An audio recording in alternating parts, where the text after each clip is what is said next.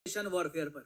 Fourth generation warfare में हम लोग सीधा डायरेक्टली अटैक नहीं करते, और यहाँ पर क्या होता है कि सोल्जर के साथ साथ एक सिविलियन भी काम करता है एक कंट्री को डिस्ट्रॉय करने के लिए, और जरूरी नहीं है कि वो उस कंट्री का ही सिविलियन हो। आप दुश्मन कंट्री के सिविलियन को खरीद सकते हैं ताकि वो अपने देश में अपने देश की बर्बादी करे। किसके लिए? पैसे के लिए। और ये सबसे ज्यादा डेडलीस्ट फॉर्म ऑफ वॉरफेयर है। सुनने में इतना खास लगता नहीं है, टैंक्स इन्वॉल्व नहीं है, न्यूक्लियर बॉम्ब्स इन्वॉल्व नहीं है, मगर आप सोच कर देखो, आपने दुश्मन देश के अंदर बहुत से लोग खरीद लिए और उनको एक रास्ता बता दिया कि सुनो, तुम लोग ना एक्टिविज्म की आड़ में, एनवायरमेंट को बचाने की आड़ में, पोल्यूशन को रोकने की आड़ में उस कंट्री के जो भी डेवलपमेंट प्रोजेक्ट्स है ना, उनके खिलाफ प्रोटेस्ट करो, वहां पर केस करो कोर्ट्स में, और कैसे भी करके उस कंट्री की तरक्की रोक के रखो।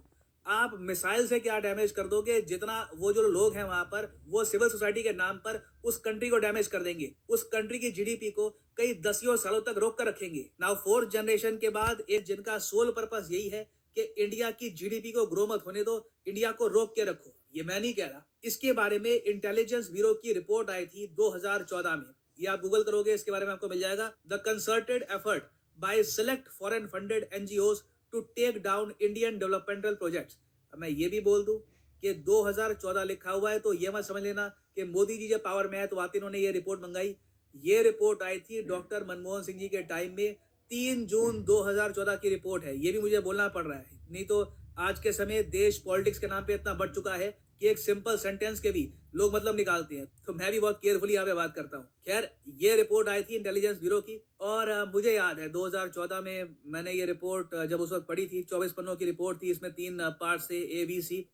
मैं एक इमोशनल आदमी नहीं हूँ, मगर मेरी आंखें नम हो गई थी, और नम इसलिए हुई थी क्योंकि मैं जेन्युइनली सोच में पड़ गया कि इस थ्रेट से, इस डेंजर से हम अपने कंट्री को कैसे बचाएंगे। क्योंकि आप डिस्टिंग्विश कैसे करोगे अच्छे एनजीओ खराब एनजीओ में, क्योंकि इंडिया तो ओपन सोसाइटी है। हमने ये चूज किया है कि हम लोग एक ओपन फ्री लिबरल डेमोक्रेसी रहेंगे, चाहे दुनिया में कोई आर्टिकल कहीं पे कोई पब्लिश हो जाए कि ये ऐसे यहाँ पे डेमोक्रेसी खतरे में है वगैरह, मगर आप सब लोग जानते हैं कि इंडिया में जो फ्रीडम आपको मिलती है वो शायद ही कहीं आपको मिले। तो जब इनको डायरेक्ट फंडिंग मिलती है बाहर से, और बहुत ही आसान है, आप देखो, एक इंडिया में कोई इंटेलेक्चुअल टाइप का आदमी है जिसने कुछ किताबें लिखी है, उसके बैंक अकाउंट में लाख रुपए डाल देते हैं, वो कहता है कि ठीक है, मुझसे जो बुलवाना है बुलवा लो, जिसके अगेंस्ट प्रोटेस्ट करवाना है मुझसे करवा लो यहाँ पर। और IB की रिपोर्ट में ये बताया गया कि इस सब का टोटल इम्पैक्ट एनुअली ये बढ़ता है कि इंडिया की जीडीपी 2 से लेकर 3% नेगेटिव में चली जाती है because of the delayed projects.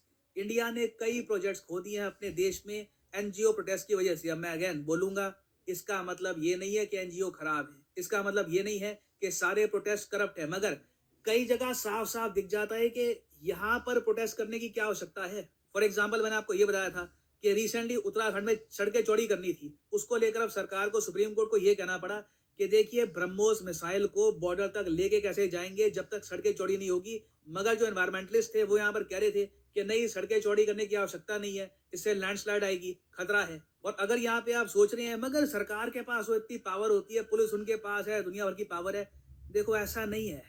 हम लोग पाकिस्तान चाइना की तरह काम नहीं करते, हमारे यहाँ जेन्युइन डेमोक्रेसी है। हमारे यहाँ कोर्ट काफी बार सरकार को लताड़ लगा चुका है कि आप लोगों ने रिसेंटली जो लॉ पास किए हैं एनजीओ की फंडिंग को कट करने के लिए, उसमें अकाउंटेबिलिटी लाने के लिए, इससे तो आप एनजीओ को डिस्करेज कर रहे हो, एनजीओ एक्टिविटीज को इंडिया में आप डिस्करेज कर रहे हो। ये सुप्रीम कोर्ट ने कहा था, और रिसेंटली सरकार ने काफी लॉज पास किए थे जिसके अंडर हमने एनजीओज को फंडिंग कहां से आ रही है, स्पेशली फ्रॉम फॉरेन कंट्रीज, उसको लेकर लॉ स्ट्रिक्ट किए। मगर उसके बावजूद आप अगर देखोगे तो बाहर की कंट्रीज इंडिया में जो डेवलपमेंट प्रोजेक्ट्स हैं इनको रोक सकती है थ्रू द सिविल सोसाइटी।